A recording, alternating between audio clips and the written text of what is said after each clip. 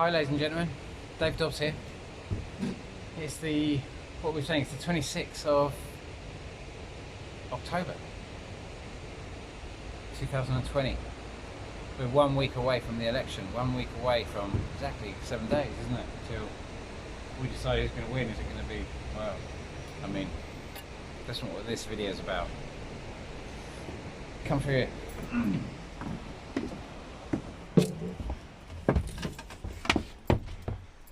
Welcome aboard. I don't know if you can see through there, but that is the second highest lock, or second deepest lock in the that's the second deepest lock in the United Kingdom.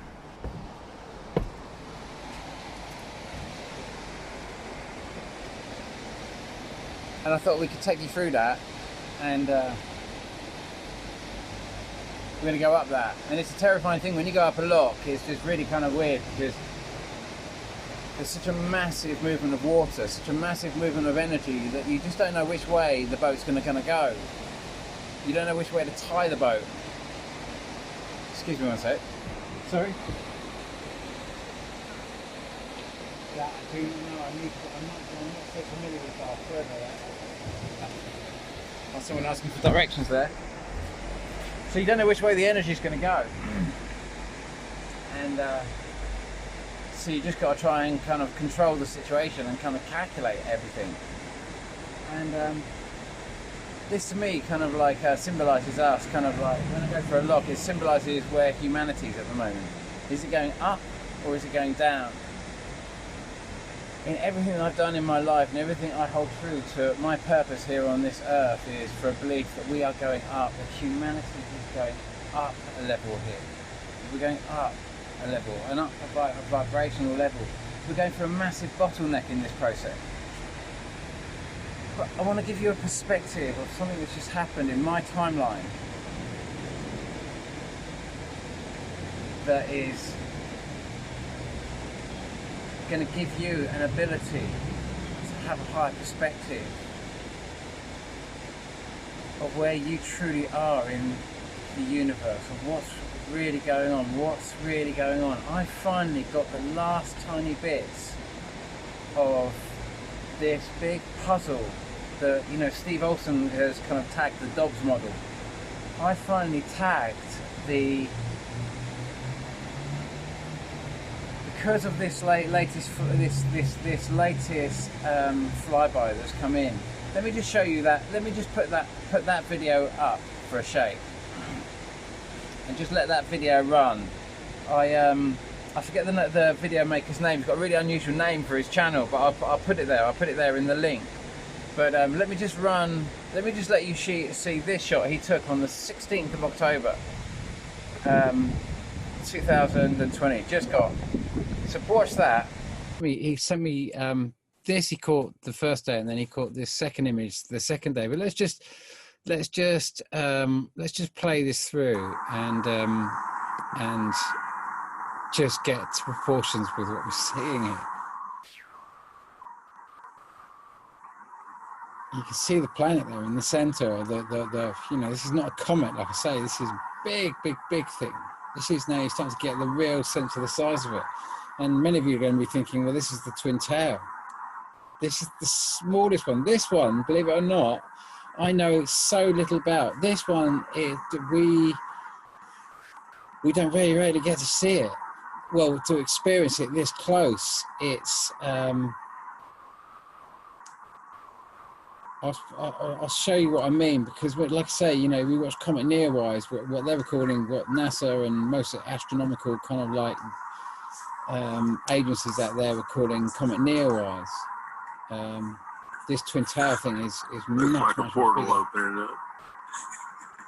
Nice. What did you just say there? Looks like a portal opening up. Nice.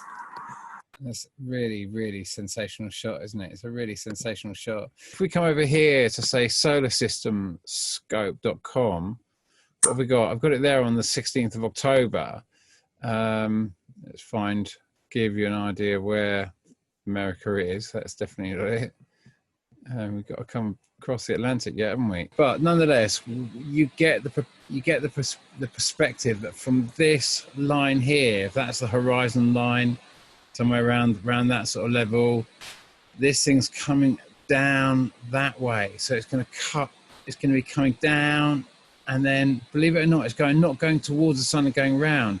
It's cutting back round here to orbit what it's orbiting over here. And now, I want you to see the shot he took the next day, literally on the 17th of October. Let me just play you this as well, because this is what he caught the following day. So he caught that the previous one on the 16th, and I'm assuming this one on the 17th then. What's interesting about this is you're going to see the asteroids in its tail. So it's gone past the day before, and now we're looking at its tail. And what I'm going to do in a second is going to zoom in on some of that, and you're going to see the kind of the rocks at the very kind of like beginning of some of those tails dropping out of the tail, and the red dust that's going to be collapsing into our atmosphere, creating all sorts of havoc. As it oxidizes, it mixes with the water, and it mixes with water vapor, and it obviously it's iron oxide, so it goes like blood red. As soon as it enters our atmosphere or any water vapor, it goes even more red than this. If it drops into the oceans, it just goes red. Can you see this here? Hopefully we're going to get some more. But you can imagine this is going pretty much the same direction as we're going, and it's got a very unusual orbit.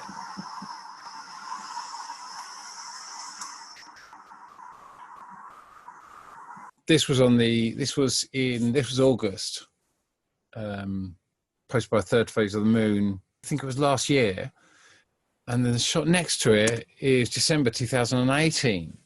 And you can literally see, now this is what happens when we're traveling next to these things. And you look at those, you can see these massive rocks just in the sky, floating along right next to us there. These are part of the twin tail. Those ones on the right are part of the twin tail.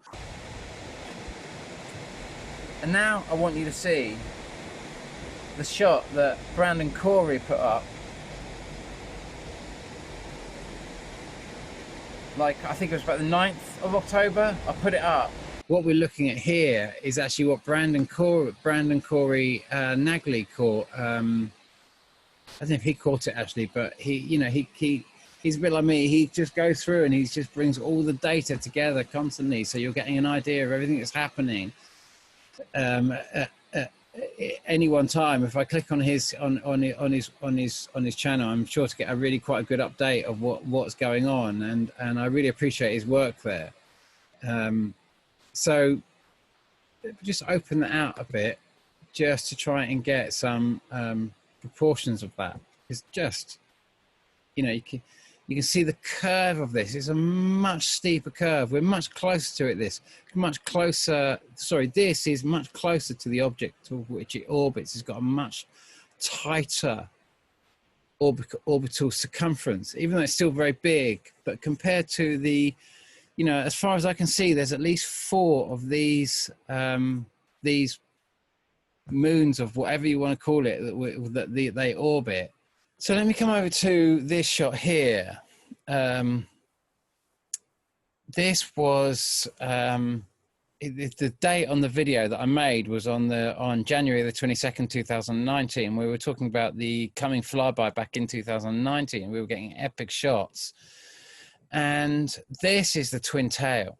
This, I'm of a mind, is the twin tail here. And it comes up here and it goes off here, and you can see it coming around, going in the back there, and you can see this arm of it coming here. And this is trailing all the way back around. This is at sunset, and if I come back over to here and say, when you're looking at sunset, so this is the sunset side, so you're looking out here at the back here. behind the Earth. So imagine this is in the December. Forget this date here. Imagine this is in the January position, and we're carrying on round, and we're watching something over here, and then we come back over to here, and again it's heading down into our southern aspect, and that's literally comet Neowise, the inner one that we've just seen, the one we see but we don't know that much about, is, in my opinion, is this one up here. And that's that one. That's the same object. That is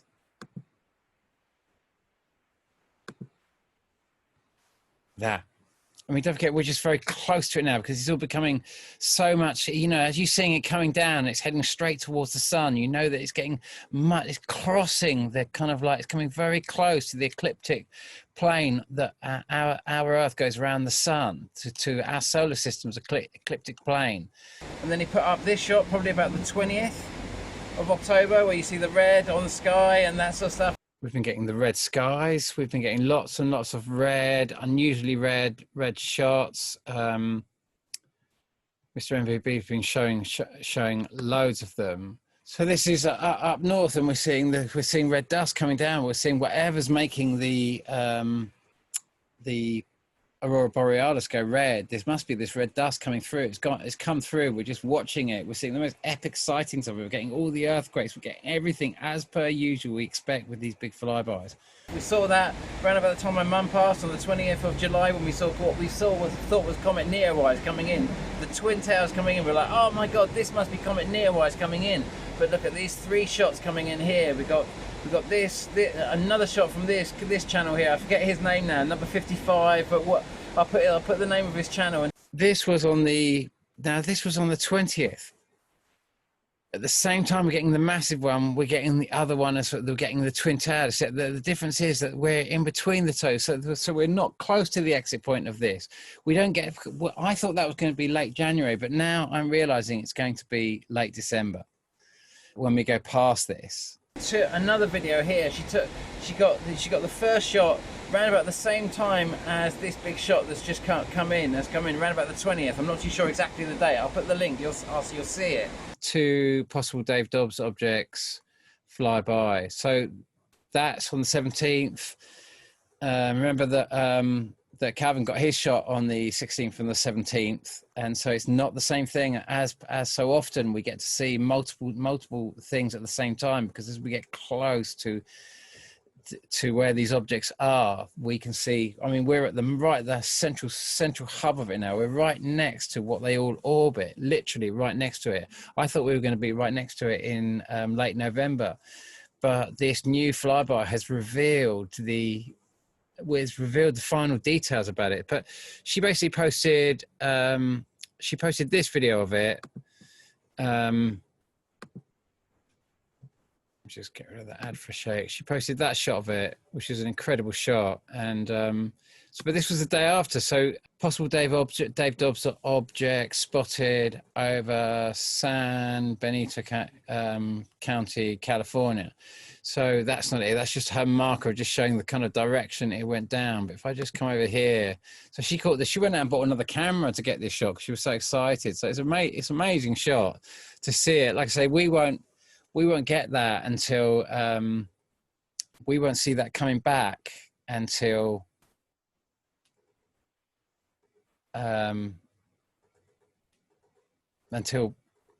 late December.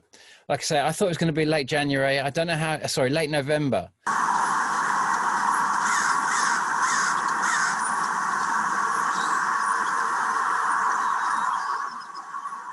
Incredible. It's a long way off yet. It's a long way off yet. But we're going to see that, like I say, come the end of. We're just going to be tracking closer and closer and closer to that now. Every day we get closer to that. Do you think if this was a plane, it would be gone by now?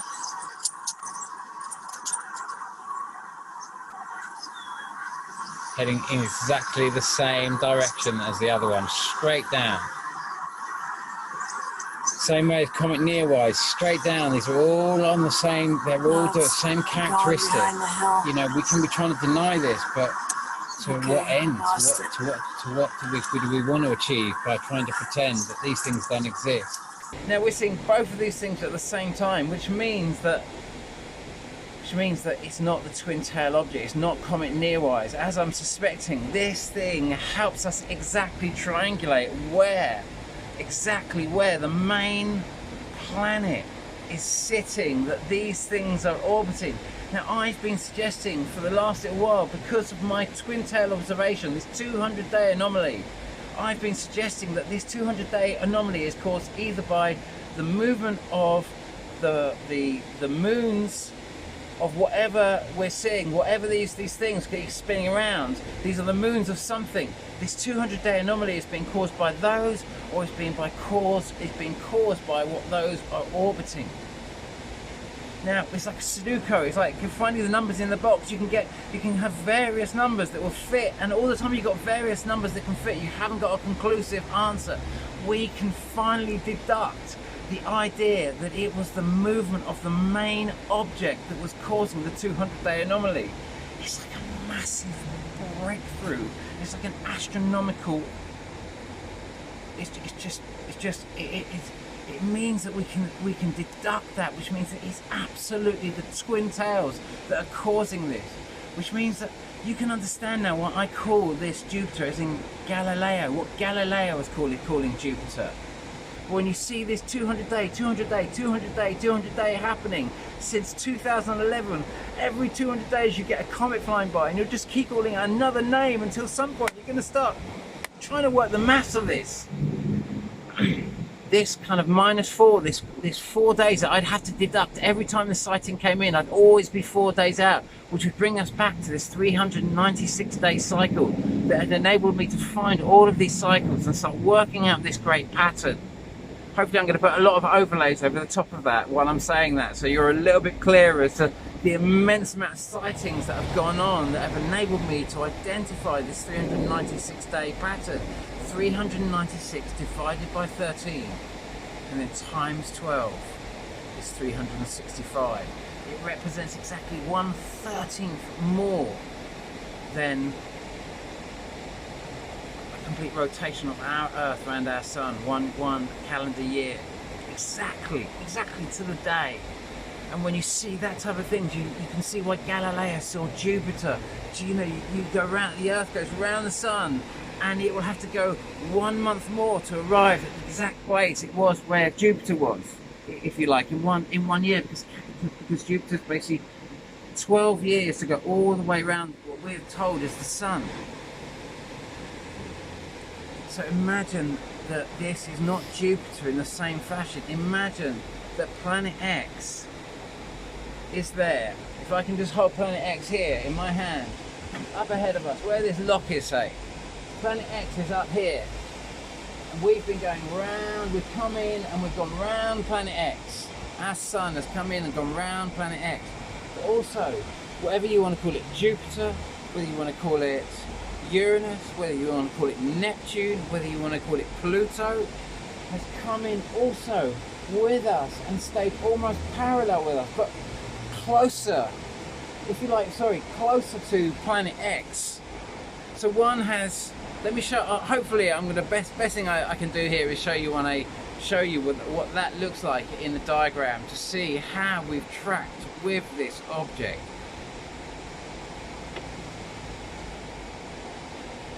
It transforms our understanding now of this model. The Dobbs model can take a massive step forward now, because you can literally see that. You can see all the big cycles that we're coming up. You can see, I can tell you why they're gonna fire up. You know, we've got Comet Nearwise is going to be coming in, but it's not going to be coming in January, because that's not the way in which the movements work anymore. Comet Nearwise is going to cross in December, and then round about January, February, we're going to get the object that's coming in the opposite way round, coming round the opposite way. So we've got a much more complicated system going on. And then we can see why they're going to fire up the Large Hadron Collider around about May, June. We can see why they want to fire that up, what they're so terrified of. The big passage that came at the time when Mum passed, around about the 20th of July, when we saw Comet Neowise going into our daylight sky. And when we can see that going, we know we're going to cross that back in around about December, maybe November even. We can see what they're scared of. This is all played out with humanity has been through this whole process many times.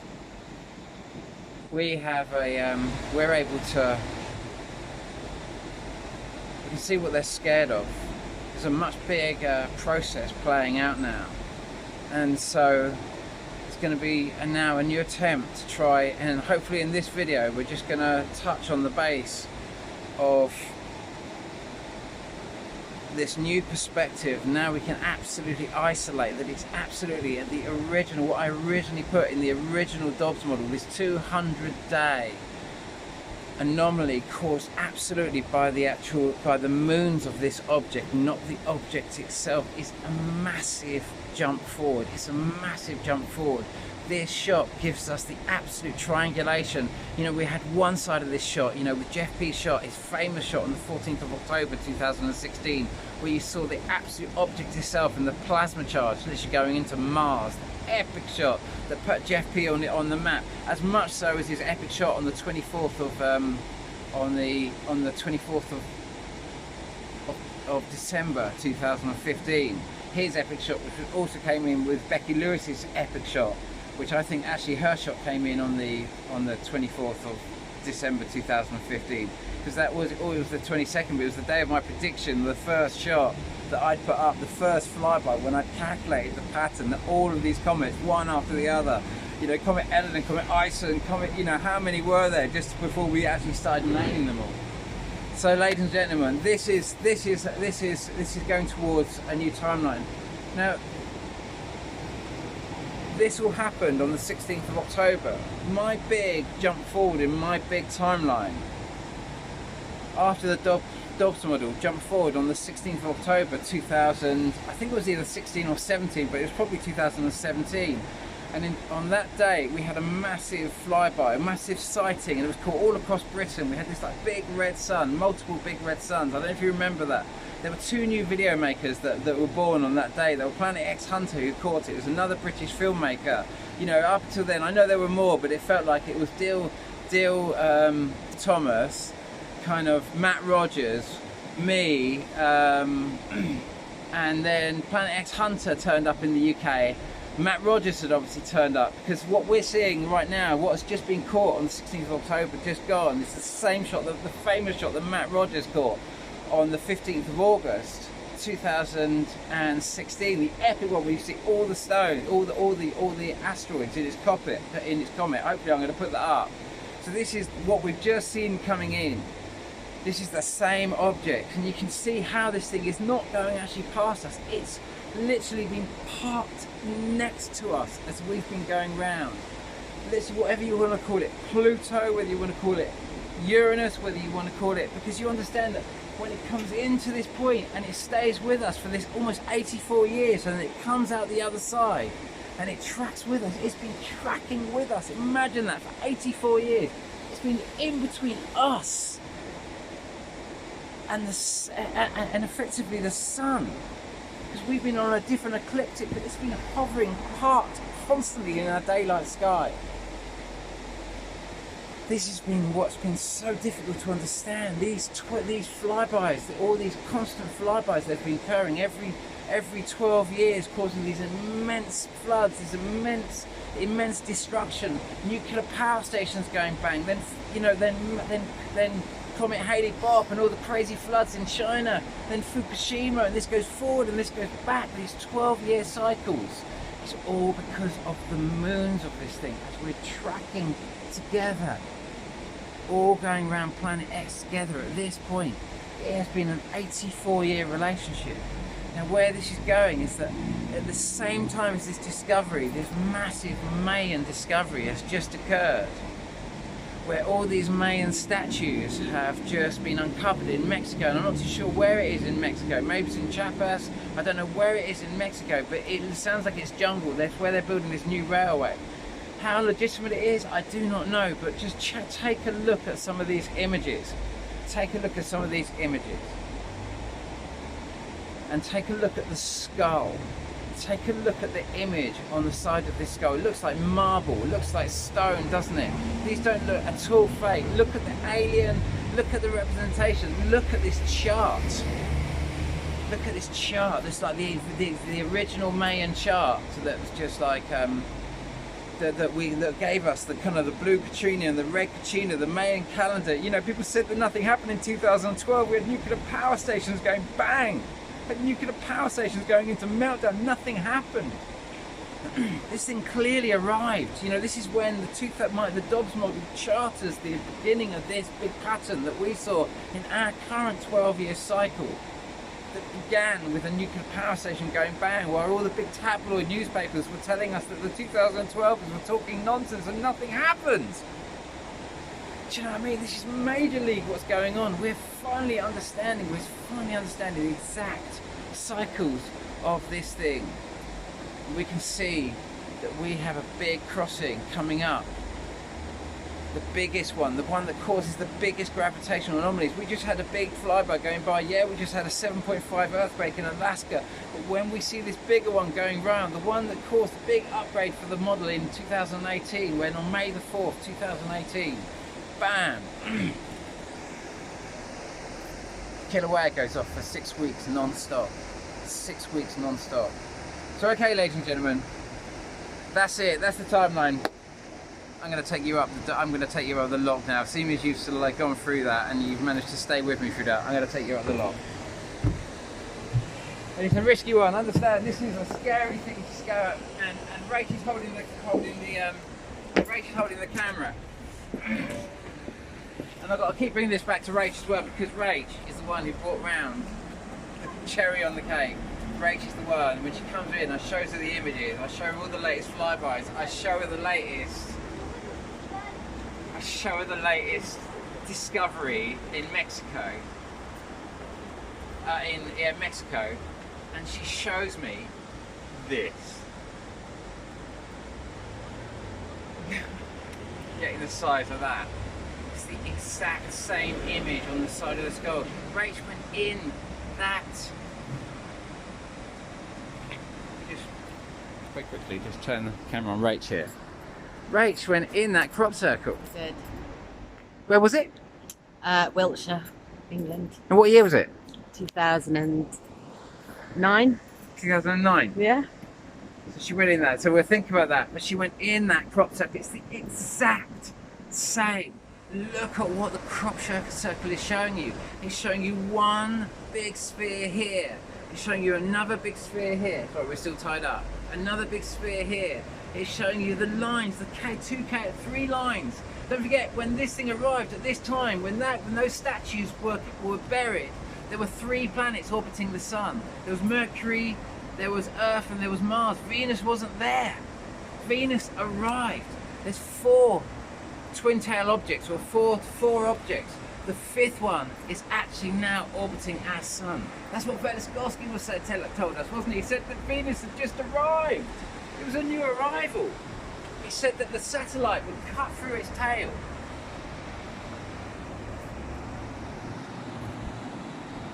And sure enough, the satellite went out of communication. Just as Velikovsky, everyone said it was ludicrous to say that Venus was a new arrival. It wasn't included in some of the ancient charts. Why? Because it wasn't there. Where did it come from? We can see when it arrived. We can see what it's all about. We can see the transition that we've been through.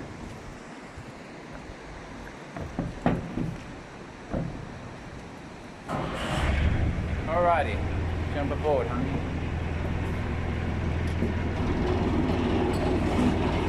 I kid you not, these locks are terrifying. This is the biggest lock.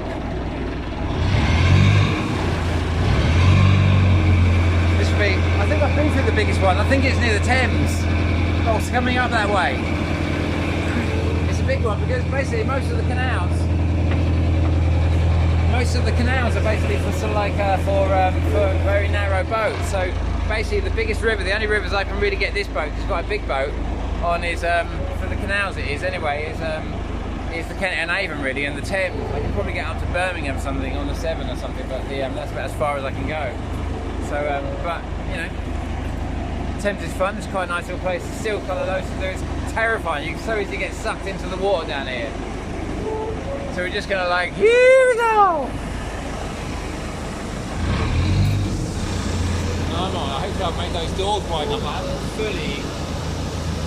And it's so intensely, there's so much water at the moment.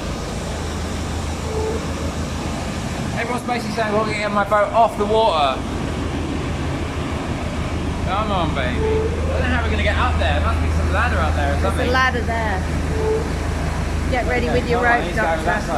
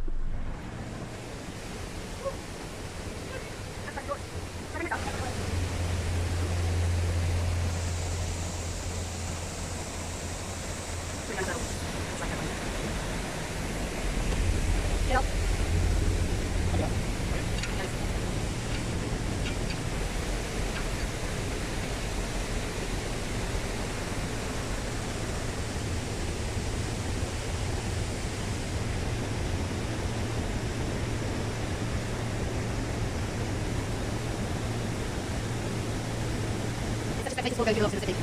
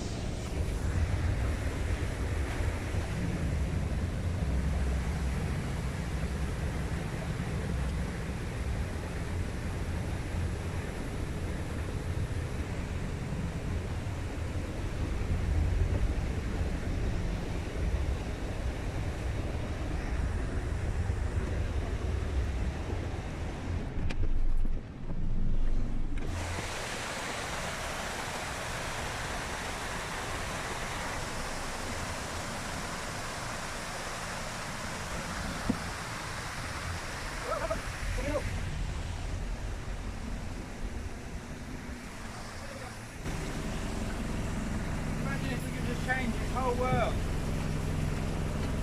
for the better. We could truly see where we are, see where we truly are. Our place in the universe. You know, you can kind of see why Mike Brown, the one who gives us Eris, you know, this idea of Pluto just coming in and suddenly changing its whole category. Where did it go? Why was it downgraded? You know, what's it all about?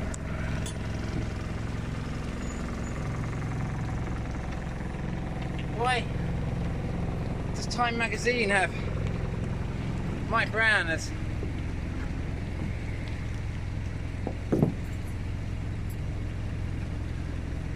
the 50th most influential person on the planet? What does he perpetuate with this deception? What are we all perpetuating with this deception? Where we have to cover up this whole carbon dioxide story, and I saw Woody Harrelson has been in a good movie actually. So a friend of mine put me onto it and said, you got to watch this movie, you're going to really like it. It was I think it was Woody Harrelson, the guy who did the kind of, was it Natural Born Killers or something like that? He did something with Tarantino, didn't he? But the he's just made a video film called Kissing the Ground. And when I first heard about it, I thought, oh man, it's all about carbon dioxide. I was just like, is it going to be kissing the ground or cursing the air? And but actually, it was kissing the ground. He is putting carbon dioxide on the pedestal where it belongs. He is putting it all into place, making us realise, well, what the hell have we all been going on about then? And it puts another dynamic on it. So we are massively changing. Not only do we get this sign, we're starting to understand what this is all about. This bigger message. You know, they're showing us that we're seeing, we're just everything. We've just passed that, whatever that is, whether you want to call it Neptune, whether you want to call it Uranus, whether you want to call it Jupiter. I call it Galileo's Jupiter because I don't know what to call it. I can see the grand deception of how every 84 years when this thing that we're suddenly watching just disappears into the sunlight, just goes. It's gone into the blue sky. And they have to come up with a whole story until 84 years later it's going to pop out, just like this one. It's about to pop out into the night sky as we leave this planet X system and we all go our separate ways around our own individual orbits. We come out of this little space. You know, I just put that image up there, not because it's just Mike Brown's image of the of his kind of idea of how we all orbit and how everything orbits the sun. It just cannot work that way. It just cannot be that way. The sun is not the center of this.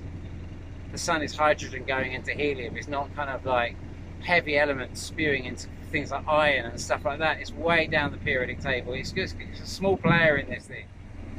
We're not the center of the universe. And it's time we know our place in the universe, who we are and what we are. And we've just gone past this massive thing, and clearly it's massive expansion because I've been through a right old process. I've been through a right old process. And we're coming through this now, and there's clarity coming, and we can see what's going on now. We can see the whole system. So look, I want to take this to another level now and put some serious investment to try and reach people with this and put it into a model, because we've got all the information now to bring it into a real model to show the whole process of what's happened on a really high level, astronomical level, So if anyone wants to help me do that, because the only way we're going to take this further now is if we kind of put bells on it. It's got to be glitzy, it's got to be fantastic, it's got to have bells in it, it's got to have, we can show the whole thing, we can show thousands of years of motion now, all the movement, what's caused all of these things, we can show in one long flowing motion. But in terms of animation capacity, that's more, you know, my research has been into, well, you know where my research in it hasn't been building animations, so I need help there, I either need money or I need assistance. Let's think about how we can take this further. Let's think about how we can bring this together into a gleaming, fantastic, fully interactive model. Look at the model I released on the 16th of October 2017. Look at the model. I think it's got like a bull is in the pathway or something like that. I released that 16th of October. Just when, like I say, we had two new video makers, and I literally chucked their footage in at the very last moment at the end of the footage. Remember Earthly Patriot and Planet X Hunter? You know, it's just like honey in the heart, 1,000 thank yous. If you want to help, now's what we're going to do with all this information. How can we make this work? How can we make this information work so we might know our place in the universe? Take care. Ciao.